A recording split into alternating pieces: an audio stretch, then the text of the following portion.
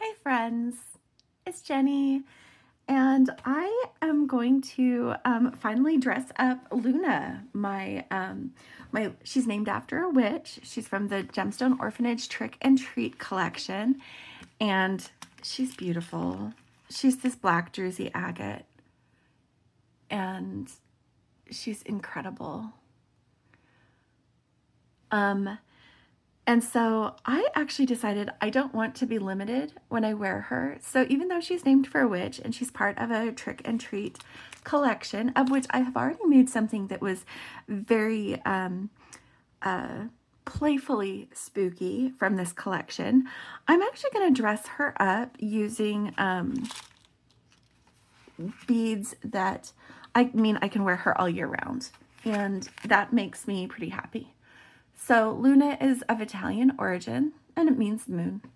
And she was named after Luna Lovegood from the Harry Potter franchise. So that's the witch in reference. All of the stones in this were named for witches, but I'm gonna give her a not so witchy dress up. So let's see how this goes, because I would like to wear her all year round. So I know that I am obviously going to use her, my gemstone, and I love this pattern. It looks kind of like looking from the corner of your eye, because this looks like the iris. Like, I don't know if you can see. Yeah, you see all those little lines? It looks like the iris of an eye, which I think is just really cool. But I'm going to go ahead and get out some of these chip beads because I want to use both the black and clear. I'm probably going to use a lot of these. I'm going to do a strung design tonight. Well, you'll probably see this during the day. I'm filming at night, as I often do. So I'm just going to get all of those chip beads out. These are, just double checking, obsidian and rock crystal. So there's an even amount of each. They were in a bag, but they came off of 6 inches strand for each of them. And these are black tourmaline in 8mm and 6mm. So we're going to get these out. It's no surprise that there's going to be a lot of black in this design, given, you know, who we're dressing up here. But I think that Luna would be pretty unhappy if she was just wearing black. And so I'm going to give her a little bit of the royal treatment and bring in these purple pearls.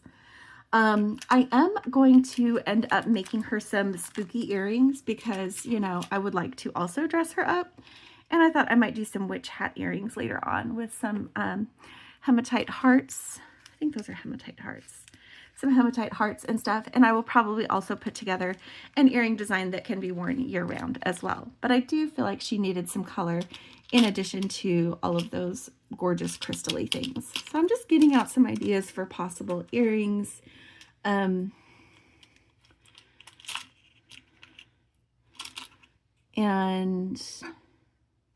my findings. So I'm going to use some of these, the clasp and the pinch bail from here. So we're going to use some of those as well. Okay, I'm going to set the rest of this box aside, and I'm going to move some of these things up where I can kind of take a look at them. I like how the tourmaline is a little bit rough. It's not like perfect like the onyx often is. Let me see if I can get this to where you can see it.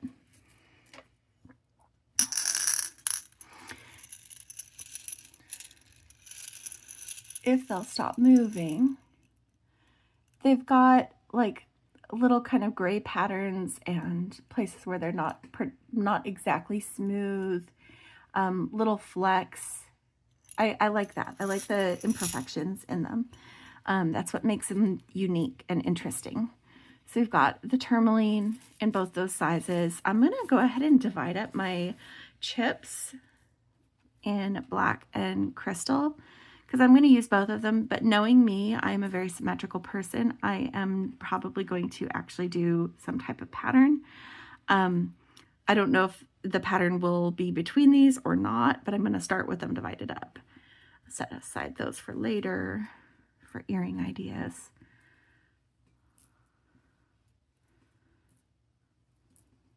Just a quick sort. And there's a lot of variation in size and shape on these chip beads. And so I've got our crystal and our onyx, and then our tourmaline in two sizes. And let's go ahead and get this guy opened up. Oh, I did not get out my tools. That is very silly of me. So obviously I will be using flush cutters. Use that to get my pearls out. I'm also going to be using my magical crimpers because I am going to be crimping this, and because I am going to be making earrings as well as opening and closing jump rings. I'm going to be using my Casual Comfort pliers set, probably round nose, for some loops when we do the earrings, and some chain nose for most of our other work. And I also got out some flat nose, which I already set down. So sorry I didn't have those out to start with. I am starting to get back to, this is my first full tutorial after I was out sick. And I am feeling so much better. But I also had to kind of clean my workspace before I could start, and I cleaned a little too well. I put all my tools away instead of leaving them out for tonight's tutorial. So pardon me. I hope that these holes are not too small to fit on my beading wire. We will find out. These are very small glass pearls. If they end up being a struggle, I will switch to the purple crackle glass. I just thought this really subdued indigo color would be quite nice. So that is why I wanted to use these. So I'm going to go ahead and pull off a bunch of those. And for my beading wire, I am using medium soft flex wire in the black onyx color. Felt appropriate. Oh, but before we start stringing anything, let's get our bail attached. I am going to go ahead and use a pinch bail. A lot of times I make a beaded bail, but this one I wanted the slim kind of sleek look with the shape of this pendant, as well as how dramatic this druzy is. I really didn't want anything to distract from that. So we're going to do this gunmetal pinch bail, and I'm going to go ahead and pop it open, just using my pliers to widen it so I can get it on my pendant. So I've widened it, and I'm sliding this in. Hopefully I can get it through there. Yep. And then I'm just going to pinch that closed, and I'm just using my fingers to do that nice and gently. And I'm not marring any of the metal, but it's got it right up against this, and there's a little bit of movement, so that can sway a little bit and not get like scratchy. But it will hold. So that's what I've got for that pinch bail, that gunmetal pinch bail, and I think it is the nice choice for this shape, and like I said, this really dramatic druzy. So we'll come back to these other items, like the toggle clasp that came with it, and I've got some jump rings and little spacers I may or may not use. And when I'm not sure on what my stringing design is exactly, I like to just string on the spool. That is another benefit to not doing a beaded bail, is I don't have a fixed point. So I can string one side and get it how I want it, and then when it's what I want, then I can go ahead and take the wire, fold it in half, and string the other side to match. And I can just kind of see how I like it. Now, one of the things that I need to do is I need to give this bail a place to rest. And I'm not sure, this is a good time to check to see. That is really mingled. Let me flush cut that better.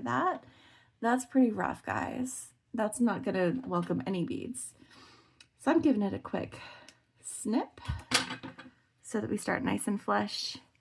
And I can see if these small glass beads are going to be a problem for this wire. It doesn't look like it. Now what I want to know is if they'll fit inside the bail. Come on. I don't know why finding the hole on pearls is so difficult, but it is. Yeah, I'm not really having any trouble using these I might run into one or two along the way, but those first two, once I found the holes, were just fine. Tonight might be about, does Jenny find the hole? Because that one is a little bit stiff with the coating, but I got it through it. So if the bail fits over the pearls, then I'm going to use them. Yeah, it'll give it a place to rest. So I have one that's underneath it, and then I think I'm going to go ahead and step up in size and do a tourmaline on either side of those. I think that's going to be a better choice so that it holds the pendant in the center. So we'll have one of these 6mm tourmalines. Black beads are also hard to find holes on. And then our pearl. I see a shadow and it looks like a hole, but it's not a hole. It's just, that's the way that bead looks when it's up. Let me try it this way. There we go. And then I'm going to put on my pendant. So it's going to sit on top of that bead that I've already got on there, and then another tourmaline. So I'll show you why I did this. So it is going to sit on the glass pearl, and then it's going to have this tourmaline on either side of it. And that way it's not going to try to pop up around and be kind of all awkward with the guys. It's just going to hang out because it's got something kind of holding it in place that is giving it the space between those beads. So that's the idea. That's the idea. But let's go ahead and introduce a little bit more purple. And I'm just going to start working on stringing this side. And we're going to see what we like. Good.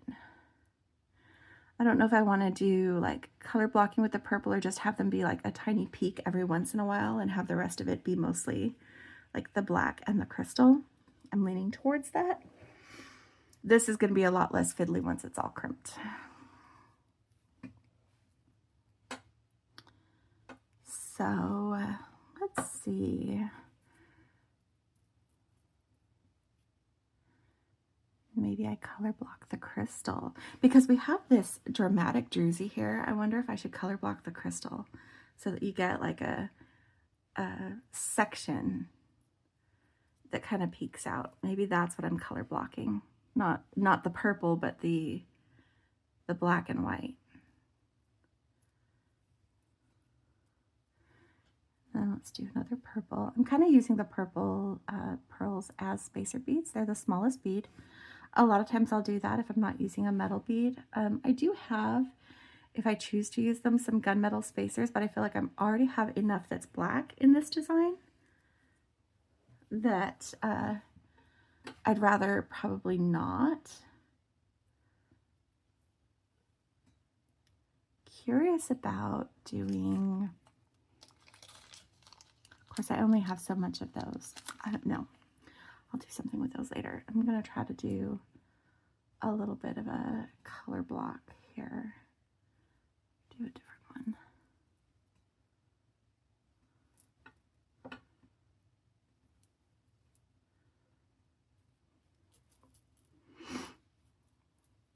And like my black sections, just like my pendant, is gonna be the biggest of the color blocked sections. So right now I'm trying the idea of doing a 6 and 8, stacking a section of chip beads from largest to smallest, and then doing another 8 and 6 before we even come out of that color block section. Oh yes, guys, I think I'm gonna like this. I think I'm gonna like this.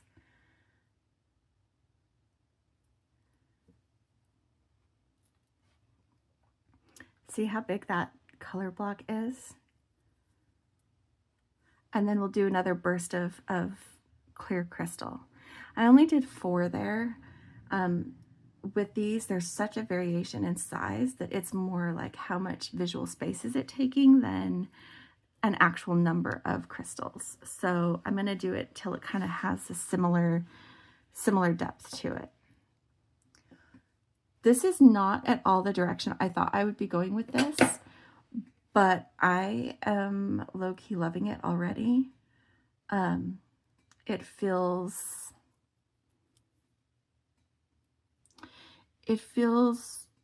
organic, but also elegant too, because of the color. Black and white is so classy. And I just feel like these are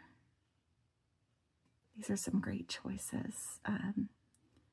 And then that's just that tiny pop of purple to give you a little something else to look at. But I don't think it's so much purple that you like have to wear this with like a purple outfit. I feel like that's it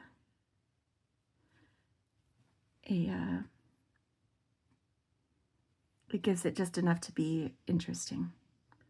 That touch of purple, flash of color.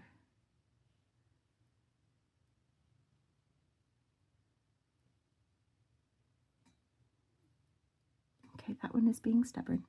I'm not going to fight with these pearls. I have plenty of them, and I'm using them very sparingly in this design. I pulled off a bunch because I thought that I would need them, because I was like, oh, I'm not going to want it to be too heavy and black. But I didn't even consider that this might be how I wanted to handle the black, and I love doing the black like this. I'm going to go ahead and get a few more of these beads on, then hold it up closer to the camera so you guys can see. All right, so I've still got another section of the onyx chips to do, but so we've got our focal here, and then we've got like close to it that burst of the crystal, and then we've got our larger black onyx and tourmaline section, and then some more crystal, similar sized section, and then we're going to do this some more. So that's just a little bit closer look of how all that kind of pulls together. And I feel like this really fits with this pendant, because if I hold this pendant without anything behind it, my fingers or anything, you can see how bright and clear that is. It is so clear. So yeah, I'm happy with this. I do have to make sure that I keep enough to do both sides, because I'm going to burn through the onyx pretty quickly. I might need to adjust that a little bit, but we will see.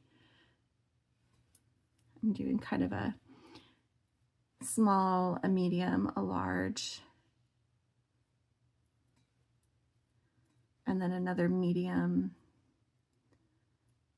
And sometimes there are a couple of large together instead of like necessarily medium, but I want them to work as a cluster so that they stack nice and they continue that graduation that we started with the 8 and 6 millimeter stones, the tourmaline.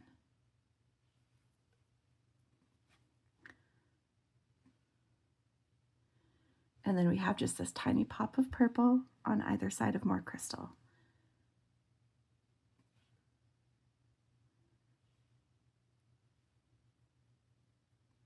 All right, I am going to make sure before I do a whole other section over here that I have enough of the right size fragments to do at least 3 sections on this other side. And you know what? I do.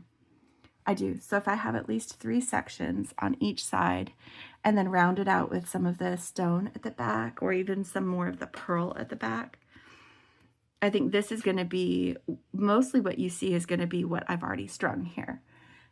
I'm going to have one more section that's going to start to curve around the neck, and then we'll finish with some smaller beads or maybe some gunmetal chain. No, we'll do the smaller beads. But let me get this onto, like I said, the crystal sections are going to be smaller, so I think I need to incorporate some of the crystal in the classic design that I'm going to include with this for earrings. I'm going to do 2 pairs of earrings. We're going to do one that are, I don't want that one. It's just too big. For the way I'm using these, that one is just too big. I prefer a grouping of like 4 to 5 of the small to medium chips. I might use the others later for something else. but I wanted this scale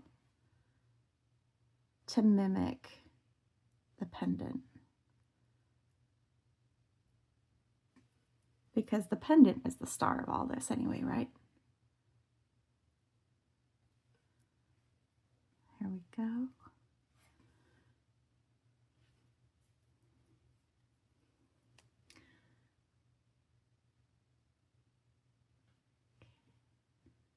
I want at least 3 sections of black on either side. And it looks like I have enough. I spilled them, kind of spread them out a little bit so I could see more clearly what I had. Okay. I'm not fighting these pearls. If it's being awkward, I'm moving on. Oop. Or if I drop them, oh, I did catch it. Hold on, I caught it in my drawer. Popped into a tiny little crevice. It didn't end up on the floor to be crushed by my chair. Good job. Good job, Pearl.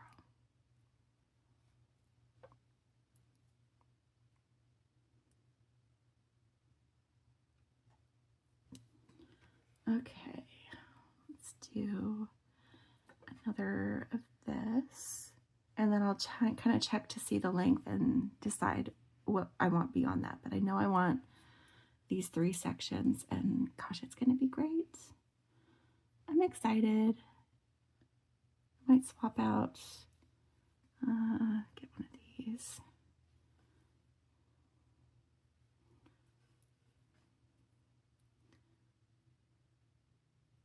And they're just a rough graduation on these chip beads, but I like the color blocking being bigger with the combination of the onyx and the tourmaline. It just fits this pendant so well. What do you guys think? I think this is kind of cool. And I've done a lot of black designs lately, and this is not like something, I haven't done anything like this one yet. So I find that exciting that I haven't done this yet. I was worried that I'd have a hard time coming up with a new design, or Becky's going to be dressing her little witch, and she's going to be approaching it totally differently too. So I don't remember what she showed me. Gosh, I hope this isn't what she had planned. But her witch looks different than mine, so she'll be inspired to do it differently. They're the same shape. They're the teardrop, and it is a black druzy agate, but her druzy is a different shape. Come on. You're almost through. Just a little bit more, little pearl. Ooh. I can coax that one later.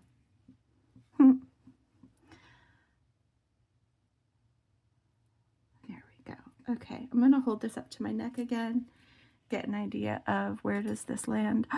Oh my gosh, I might not need to do anything really very far on this. So maybe what I'll do is use some of the smaller stones and just do a quick little trio of stones, because I'll need room to loop and clasp. I know some people don't like the feel of gemstones at the back of their neck, but I do. I like it. So for me, choosing the gemstones but not the really large ones is a good compromise. Oops, I am off camera. I am so sorry. I don't know how long I was off camera stringing. I have a tendency to like follow my wire instead of keeping it in the center and moving it. That is something I am trying to be better about, but I do sometimes forget, like today. And I know that these pearls all have holes because I just pulled them off a strand, but some of them the finish is kind of a little bit stuck. And so I need to go through with a pin and get it all sorted. But this, I think, yeah, I'm going to go ahead and put a bead stopper on the side in case I change my mind and decide I want to add a little bit to either end. But I'm pretty sure that this is how long I'm going to want it. So I'm stopping it with enough room to crimp. And I'm scooting all my beads so I know how much of my wire to cut, and then I'll string the other side.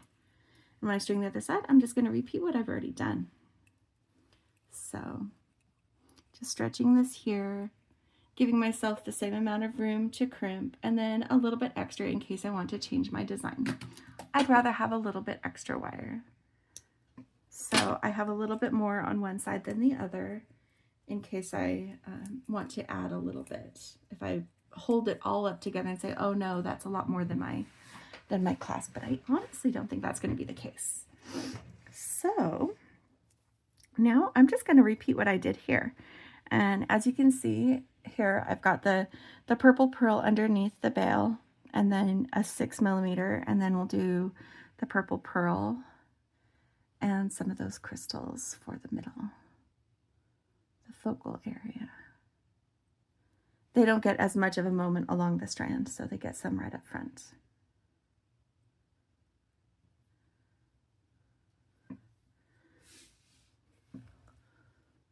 And with this light, it's kind of glaring right on it, but we need the light. I was going to show you, yeah, so this with these. I like it. I like it, guys. Okay, let's get a group of these on.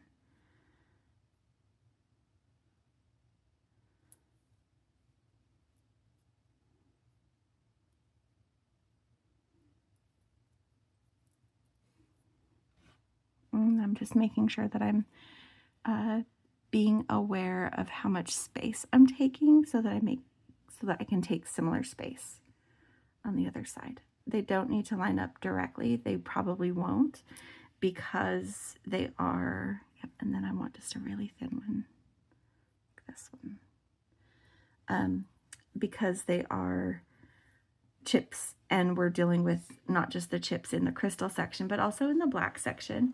So they're not going to line up precisely, but I don't need them to. As long as I get the right kind of look, nobody's going to be measuring one side of the necklace to the other.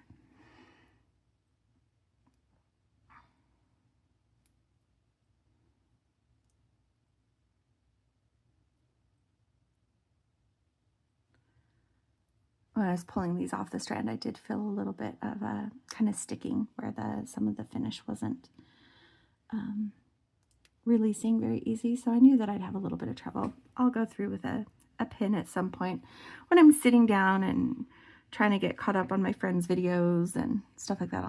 That'll be a project just to clear those holes so that they're ready for whatever else I want to do with them. But for tonight, if they're too much trouble, then I am moving on. Okay, I'm moving my onyx chips all into the same space so I can pick and choose, because these are doing like 5 chips, 2 medium, or 2 small, 2 medium, and 1 large for this one to get that graduation. Then I start with the tourmaline.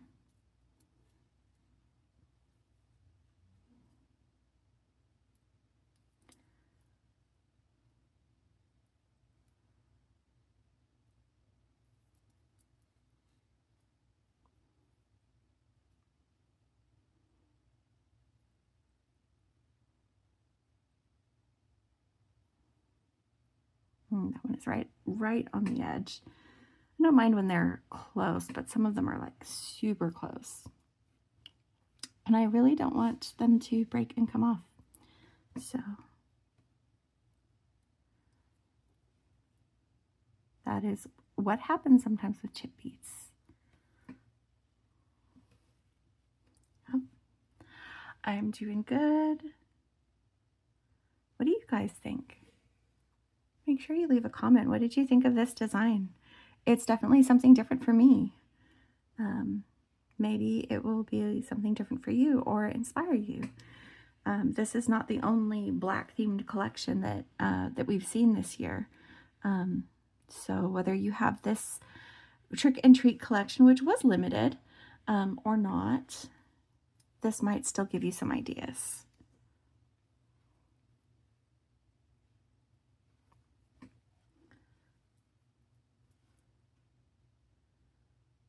I've got at least 3 other collections that are all black themed right now that I'm going to be making with black or gray. So you're going to see a little bit of that with me, and I'm going to try to make my designs different. Hopefully I succeed with that. I like designing with these colors. I know some people can find it to be a challenge, but I actually really like designing with black and stuff. So we've got a little bit of a variation here. I want to keep this section the way it is, but I'm going to probably try to tighten up the onyx chips here so that it doesn't become further imbalanced, because right now this black section is longer than this one, and I'm not going to be finicky about it until as long as I can correct it on the next section, because I'm not going for an asymmetrical necklace, but I also don't expect perfection, which I guess is actually allowing it to be slightly asymmetrical, but I only want it very slightly. Come on.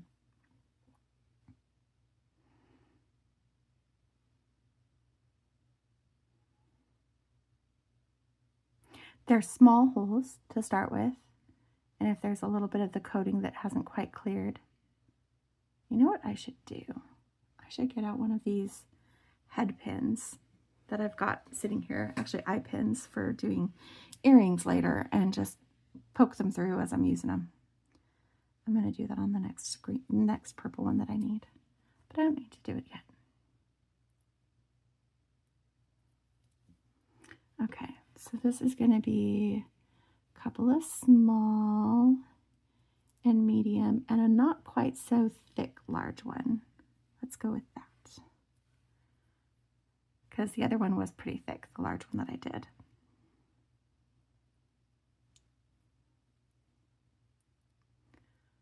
This one is less thick, but takes up that space that I want to make it still look graduated. Where is that hole? Oh, not going to use that one.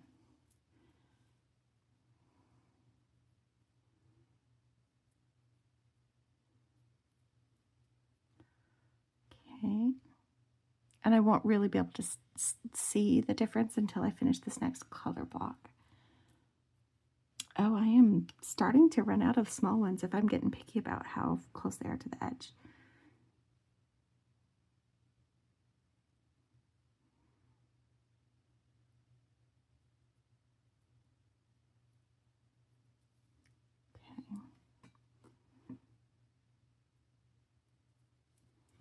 Can't run out of the small ones because I've got one more section where I need to use those onyx chips.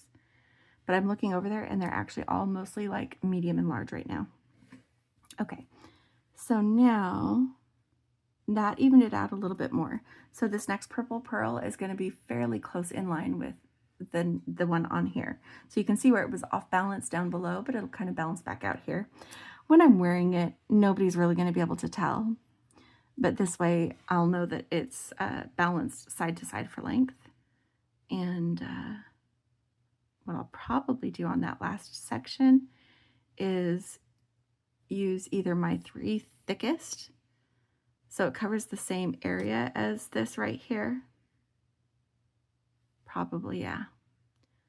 That's the most likely scenario, because the other choice would be to do like 4. And I think that that would bother me numerically. Just, you know, me being me. Oh, I said I was going to do that to make this easier. Hold on. Because the beading wire doesn't push through the finish as easily, but stainless steel head pin sure will. So just need it to be enough to get in the hole. Oh, well, as long as the hole will fit the pin. This is a thicker. There we go. then it will be ready for my beading wire.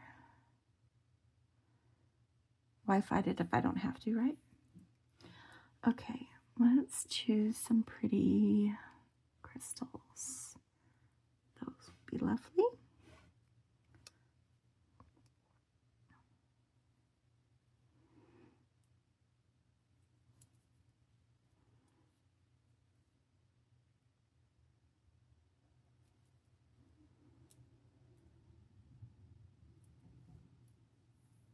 And then we'll do another purple pearl.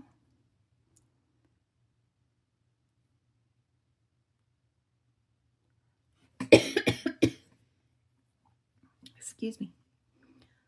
Get a drink. I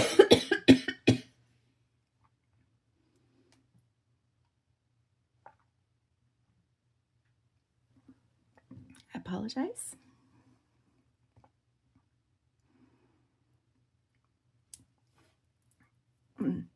I'll be right back. Okay. A little tickle in my throat that was not going to be appeased by a small sip. So had to clear that, but I went ahead and got a couple more pearls ready to finish this other side. So I figured I would do that while I was paused. Okay, so if I take my chonkiest boys, do they take up? They do take up almost the right space. They are going to be perfect. Okay, these 3 chonky boys are going to mean I don't have to try and find small, medium, and large. I'm going to just do these 3 chonky guys.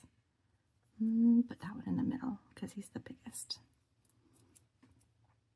Because again, you won't see this one directly with this one because they are going to be on either side of the neck close to the back. So no one's counting beads, but oh, I'm glad that I went ahead and just did a bead stopper here because I didn't actually finish my repeat. I want to finish this pattern.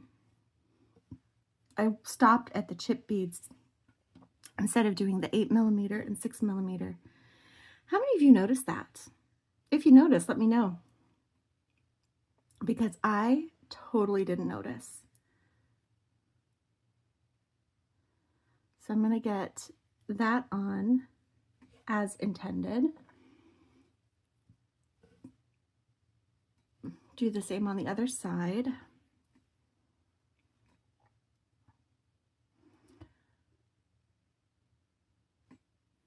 Like, how did I not do that? That's so weird to me. I was so focused on the chip beads that I didn't complete that graduation, which I really like. I really like that graduation, so why would I not have completed it? Just, I was not thinking. I was just not thinking. Okay, so we'll get a purple pearl over here. And then I'm going to take this up and I am going to make sure this is on here nice and securely and pinch the other side because knowing me, I'll drop the strand that's not pinched and I'll have to restring all of this. And I've already like figured out the balance with the chip beads and who wants to redo that part? Okay.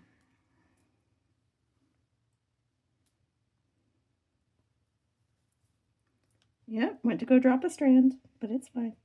I got it. Oh, yep, I don't want to add anything else. I don't want anything else.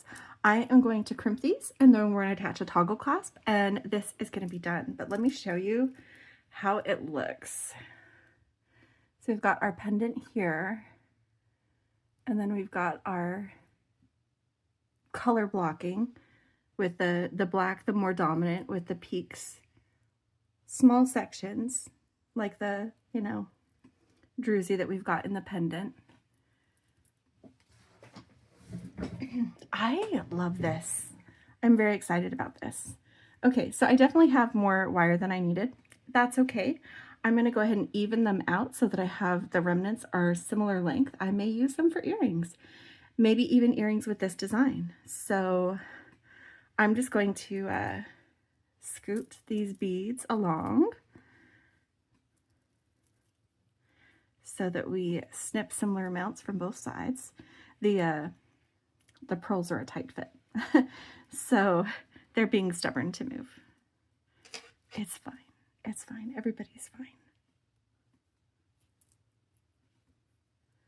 They will move. That's the important thing.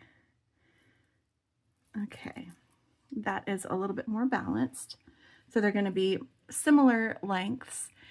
And the more I look at it, the more I think I do want to probably try to do some earrings with those for our classy earrings. Our playful Halloween earrings are going to be simpler, and that's totally fine and exactly what I would expect. So, where did there they are.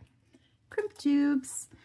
All right, I am going to use the magical crimper. It is actually the only way I know how to crimp. My sister started me on it, and I don't even own any other kind of crimping pliers. Feels weird to say that, but I realized that the other day, and I'm like, oh, I keep telling everybody it's my favorite way to crimp. It's my only way to crimp, and that's all right. So rather than have one long section that I cut away, I'm actually going to cut two because I plan on using them for earrings. So I could have just done this and then just had one long section at the end. That might be the better way to do it. It doesn't matter. I'm doing it this way. Anyway, it is meant to be used with 0.018 to 0.019 wire. The medium soft flex is 0.019, so it works with that. These are 2x2 crimp tubes, and they are the Soft Flex brand. It's what Becky and I use. They have a nice thick wall and no seam, which are both very important in having a successful crimp.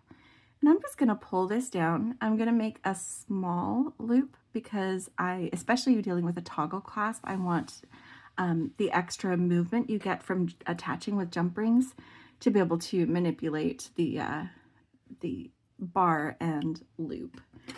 So I've just got this crimp tube here, and I've looped my beading wire back through it. There's this spherical concavity inside. I'm centering my crimp tube inside that, and I'm making sure that I'm clear of my bead, and I'm just going to give it a squish. And when I do that, it pinches down those four corners and it turns it into like a square kind of ravioli shape.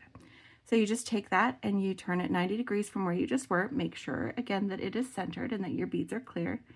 And 90 degrees, so it's straight up and down inside your plier. I know it's hard to see because it's black. And give it another squish. And then you just rotate around and keep giving it squishes. That felt like it wasn't centered, so I might have a slightly mangled crimp, but we're going to see. You keep giving it squishes until it no longer offers resistance. And you end up with a nice little ball of crimp that just looks like a bead. It's very strong. It holds it really well. And I just snip right up to the crimp. You don't have to string it through additional beads unless you just want to.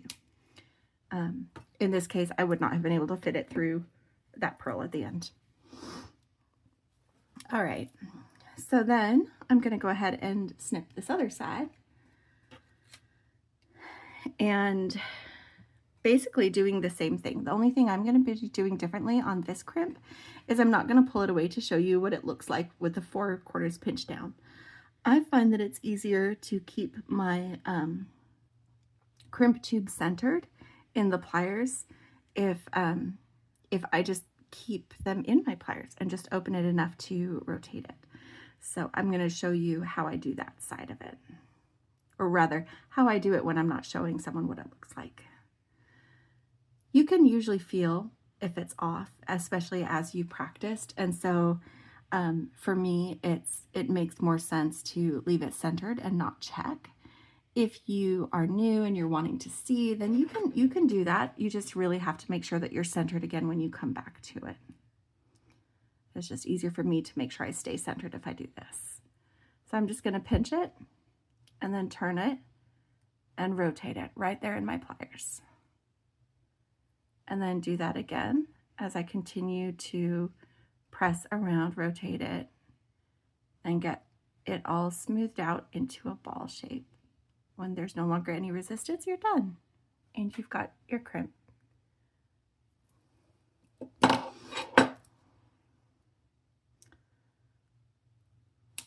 Okay, I'm going to go ahead and use some jump rings, and there's some right here.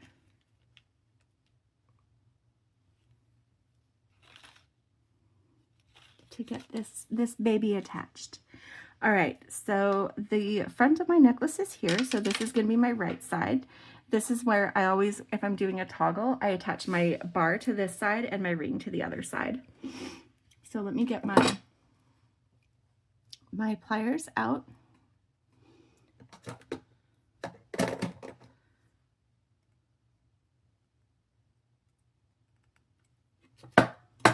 And I'm just going to attach my necklace strand, my loop that I made, and then the bar, and get it closed.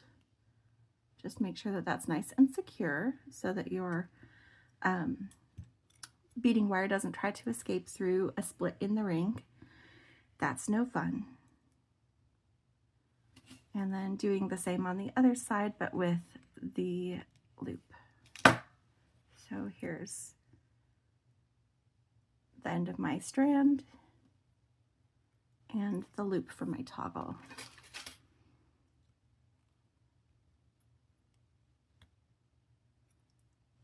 There we go. And I'm gonna put it on. You can't see it, I'm sorry. But I love it, and it fits exactly how I want. So like the top of that teardrop is right at the hollow at the base of my throat. So it is perfect. Not choker length, but definitely like right around the base of your throat, which is exactly the look I was going for this kind of classy year-round look that still celebrates the unique patterning on this stone. I love that. I love that, guys. Okay, so let's come up with an earring design. Let's start with the ones I know I want to make, which are the fun Halloween ones. They're going to be pretty easy. I'm just going to be taking a couple of these gunmetal eye pins. Yep, gunmetal eye pins. And I'm going to string some things on them. Probably some of these crystal chips. Oh no, I want the crystal chips for my fancy earrings. But I am going to use some of these purple hematite hearts. Yes, please. There's some half tile beads in here too, but I'm not doing something with that. Okay, so I've got these purple hematite hearts. Move these out of the way. So we've got some purple here, and we're going to be hanging the little witches' hats from the hearts, and I'll just make them mirror each other, probably facing out. Yeah, that's playful. And what do I want to put with these? I don't want them to be super heavy, and they're not going to be. I don't think, well, no, I was using these pins to poke through on these little purple guys. I wonder about doing just like a little purple pearl and maybe one of the smaller black tourmaline.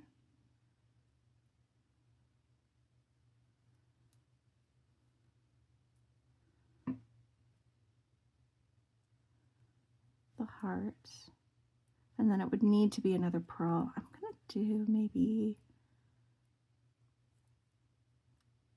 like this, and then the tourmaline's at the top.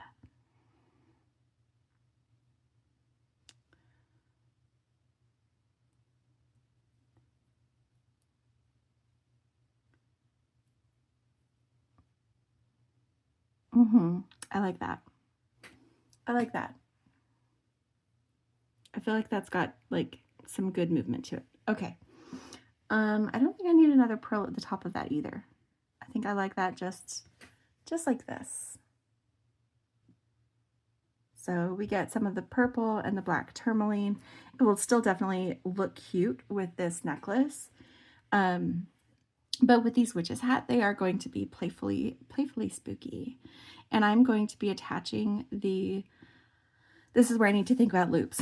So I'm going to be attaching the witch's hat, and I do want us to see that curl at the top with a jump ring. So if I'm going to do this, and I'm going to attach, so I need these to be parallel loops.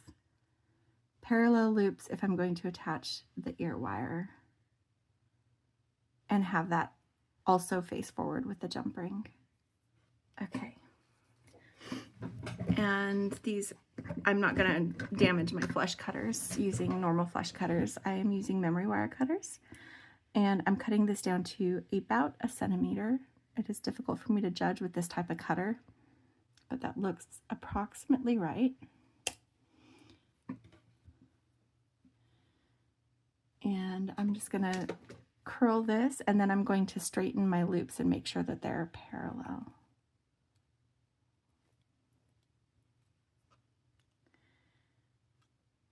Okay, so just let me give this a little bit of a squish. Helps to work harden it.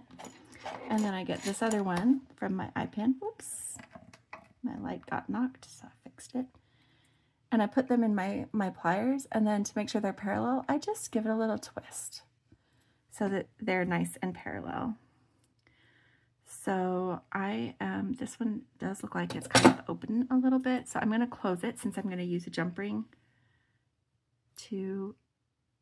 no, I'll use a jump ring on the bottom. I'll use a jump ring on the bottom, and I'm going to use some different jump rings than came in this kit, because I have some smaller ones that are a little bit finer gauge and they'll take up a little bit less space.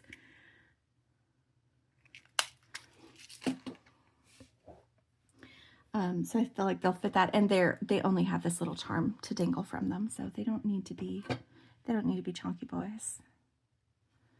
All right, so I'm using the loop that I made, which is this one, and I'm attaching that to that and closing it. When I attach the ear wires is where it matters what direction it is. I did it. No, I had to do it the other way because now my heart's upside down. Whoops. Okay. All right. Opening the jump ring. I have a magnet trying to attach to my pliers.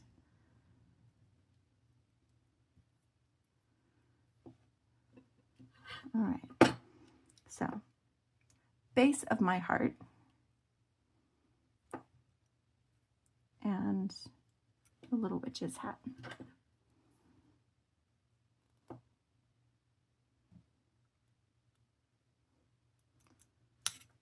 Oops.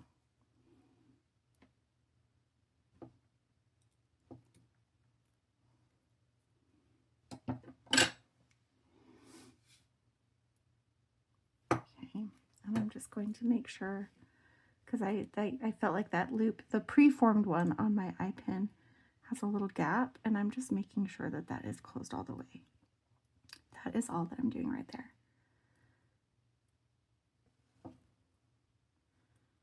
Yeah, okay, so that one is ready for ear wire. Let's put together the other one. Sorry, I'm making you do this all with me. You probably don't really want to see me make the second earrings, but I'm fumble through a design. This is probably going to be one of my longer videos. Not long, but it does look like we are going to surpass the hour. So I do try to keep it below an hour, so apologies to any international friends who might be watching this. It does not get automatically dubbed if it is more than an hour. So I do apologize. This one is going to be more than an hour because I can't finish a second set of earrings. Even if I didn't do this one right here, I wouldn't be able to finish the second design in that same time. This one is already nice and closed at the bottom, so that's good. And I am going to go ahead and bend this over, snip it off, make the loop on this end, And I do very small ones, so I'm usually at the very tip of my my round nose pliers.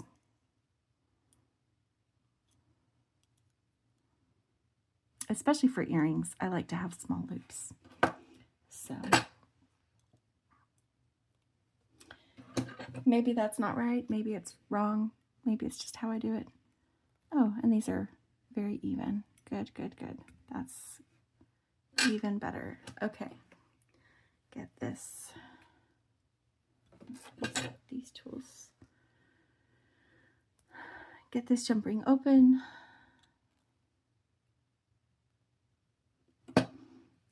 And again, the point of my heart and my witch's hat.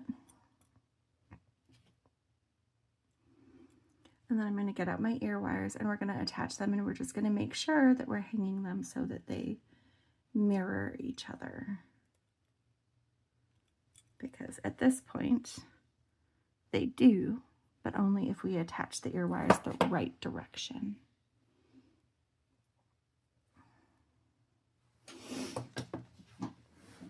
Okay, let's get these guys. I just have some nickel-free ear wires.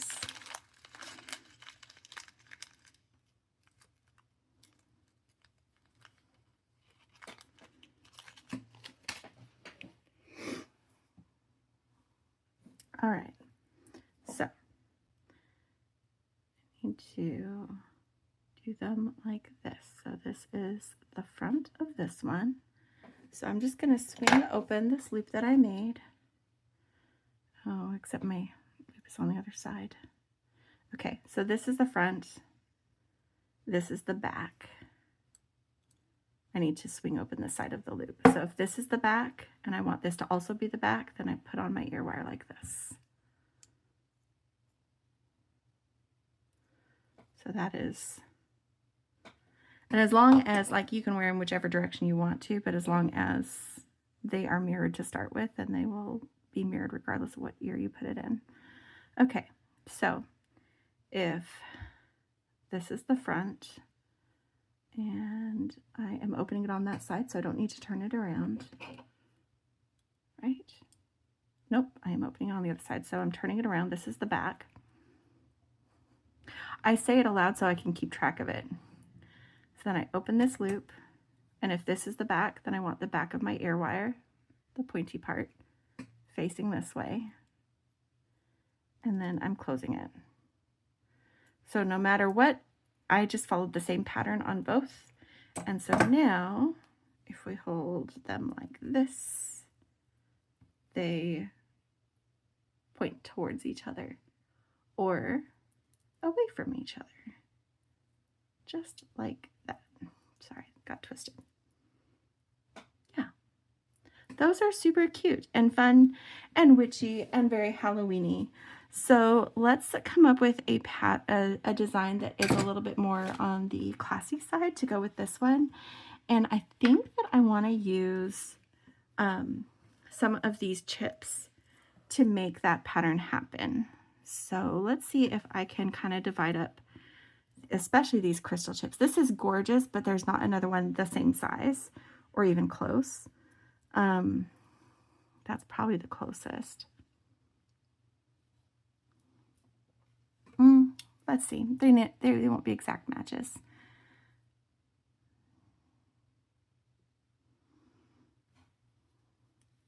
No, it's just too big. Too big. I want to go for a little cluster because they'll swing better too. So if I wanted to do just a simple little loop with these guys, oops.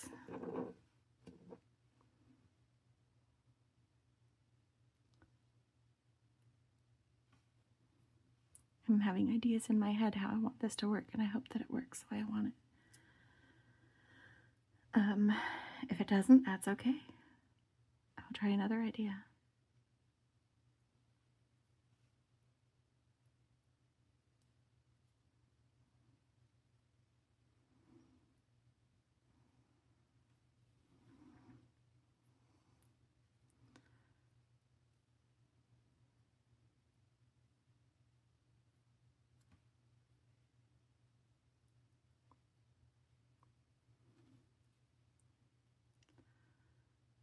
Okay, trying to see, I think this might be about what I want.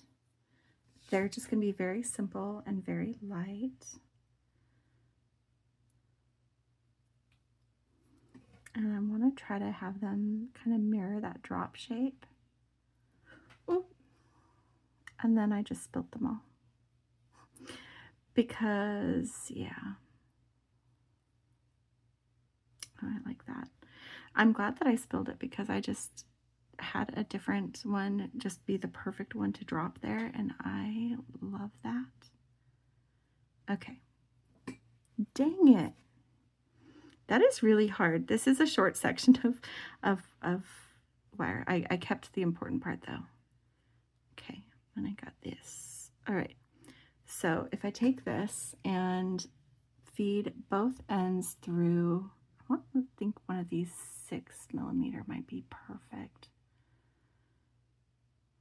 If I can fit it through twice. I might have to go to the 8mm, but I would rather have the 6.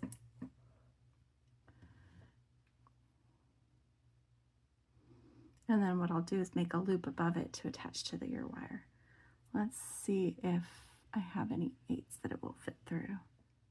If that's a slightly larger size. If not, I could use a couple of,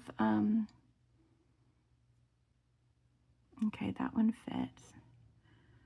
So, all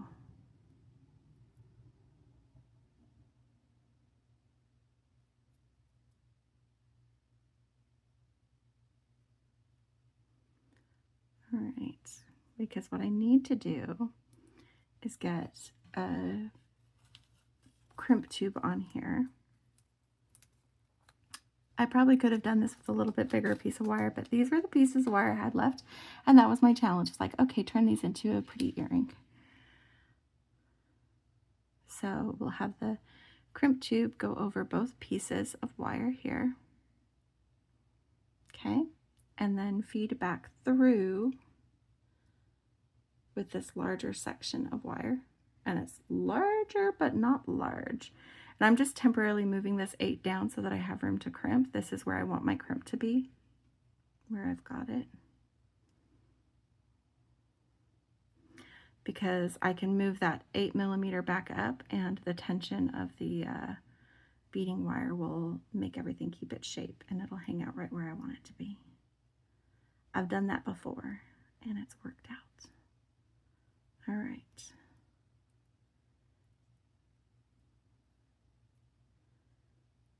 Okay, not that way.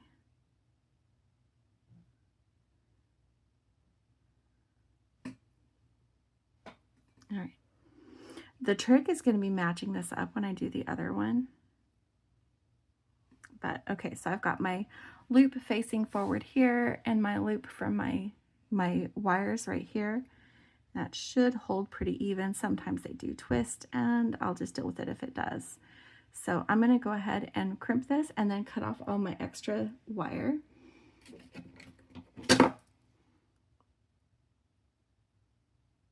And then we'll form the one for the matching earring. And just like the necklace, they are not going to be exactly symmetrical between the two of them, but they are going to be close enough that a cursory glance won't be obvious. All right, taking my flush cutters and cutting off this extra bit, as well as this extra bit. Make sure you're not cutting something you want, you know, something that's part of a loop or part of the line down below. And now when we scoot this bead right back up there, then we have this lovely little dangly group of crystals. Yes, those are the perfect earrings to have with this. So let's see if we can find a similar setup where one will kind of drop nicely like that. I probably won't be able to, but I'm going to try. Oh, that's pretty. So it's a little bit more white. This one was clear, but it does have the same kind of drop effect. and then add a couple of smaller crystals beside it. I wish I could have used this one, but it's just too big. It doesn't balance with the other one. But it is very pretty. I'm going to have to use it for something else at some point. That's not hanging the way I want it to.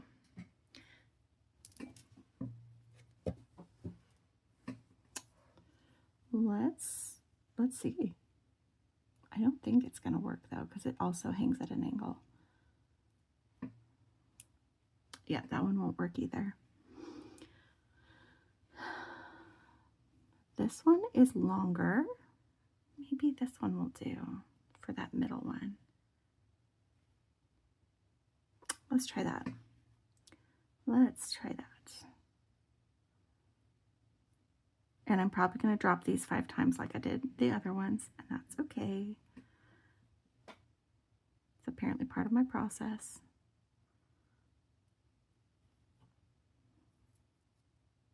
All right, get the other side. See, it just dropped. But I clipped it that time.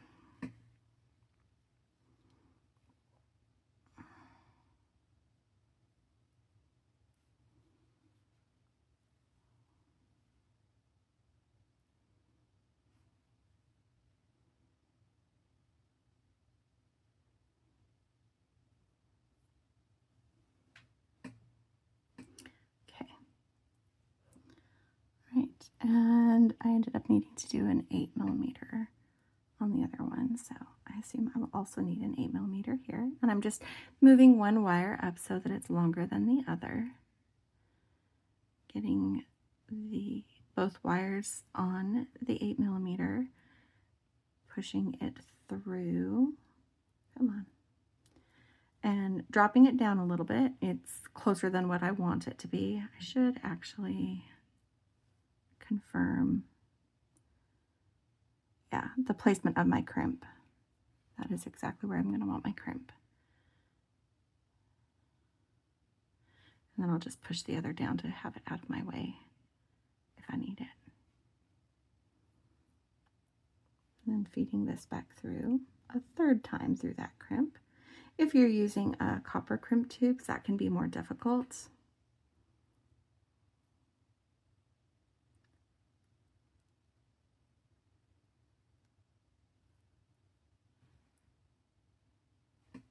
I'm going to use my pliers to get a hold of this. It's just a little bit easier sometimes.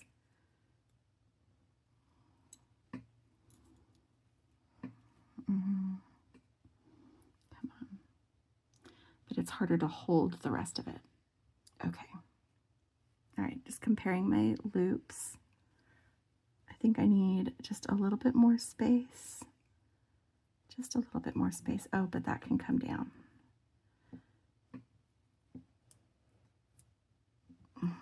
Which means I can wiggle that crimp tube. Because right now there's a little bit of a gap between the crimp tube and that 8. If I match, that's it. That's where I want to crimp it. And it's the right size loop. Let's go. Let's go. I got this. Just putting in a tiny tug. There we go.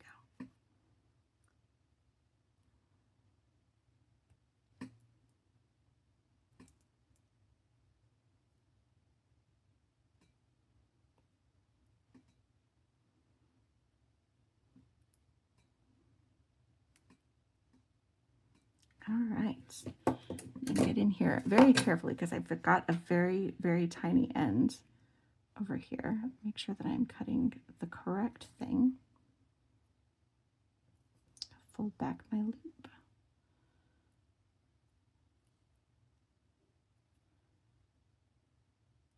Come on.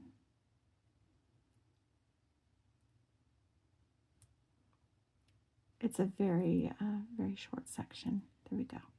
That is just the end. That's what I was just kind of struggling with, making sure I got the right part.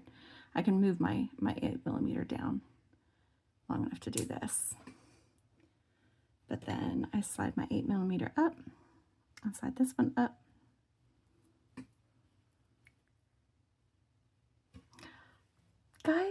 They're so delicate and lovely. And these are not going to be heavy earrings. Those are absolutely not going to be heavy earrings. And they're going to hang this way because we've got the ear wires. We positioned that loop so that when the ear wire is like this, it's going to show that drop pattern. So it's going to mimic the teardrop shape of our design, of our pendant. It was worth the extra 10 minutes so far that we've done. We're going to have probably 5 minutes left finishing putting this on and clearing some of this away so that we can have a last look at our design today. But guys, I'm happy. I'm really happy with how this turned out. It exceeded my expectations. I was a little worried that I didn't have the creative juice available for this yet, but this has encouraged me.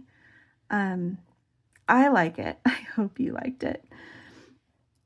I don't know, maybe you hate it, but that's okay because it's my necklace and I love it.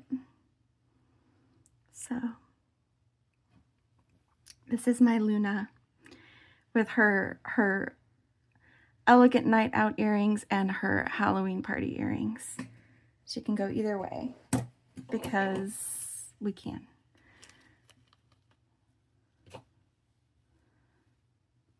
So this is my not so spooky witch from the Trick and Treat collection.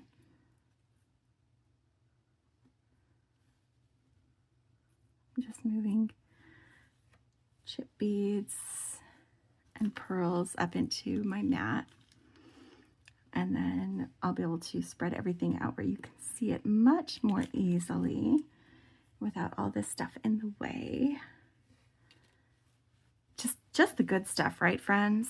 We don't need that little crimpy thing. Here we go. Here we go. We don't need the bead stopper. That's it, bead stopper. Okay, we've cleared the mat. I've repositioned it, make sure that that's all good. We've got Luna right here, the center of our party, the center of our show, and her necklace with little glimpses of crystal. And again, with that shadow underneath it, she doesn't show off like what she's got. And then we've got our spooky earrings, spooky little witch hat earrings. Let me turn them so that they'll mirror. I'll have to reposition them so they're easier to take pictures of later. But for an overhead shot, this is not bad.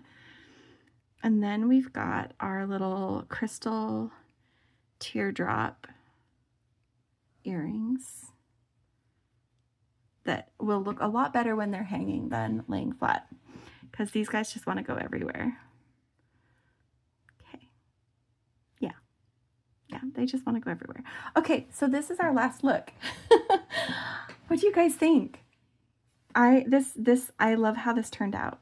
This turned out so much better than I thought it would. Oh, I love it. I love it. So yeah, this was using the Trick and Treat collection from Gemstone Orphanage. Their website is going to be below. Some of these items, as well as other items from the subscription, are available in the Adopt-A-Box section. If you wanted to check out to see if any of this is still available, they have great prices in their Adopt-A-Box. So if you want to check that out, that you can. This collection is no longer available. It was limited edition, but they often have other collections, and they have a great new subscription called the Doorstep Baby.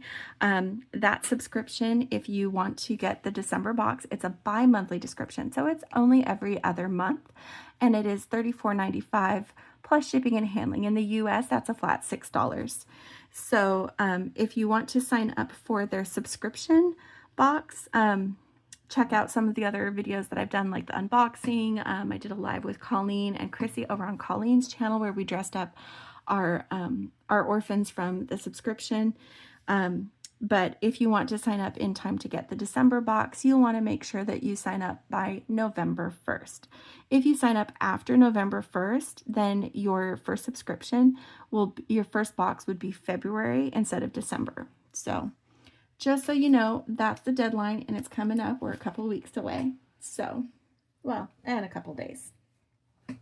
But I really like their stuff. They have beautiful, beautiful things, and you always get a little named orphan that you can, and all the goodies to help dress them up. That's what I used here. I didn't use anything from my stash except for my ear wires and a couple of jump rings. Everything that you see here was in this collection that was called Trick and Treat, but really this is the only little spooky bit I've got. So there's a lot that you could do with it. And that is very, very common for the collections that Debbie curates for us. So check out their website, check out their YouTube channel. It's Homestrung Jewelry. It will also be in the description, and I hope that you have a wonderful day. If you liked this, hit like.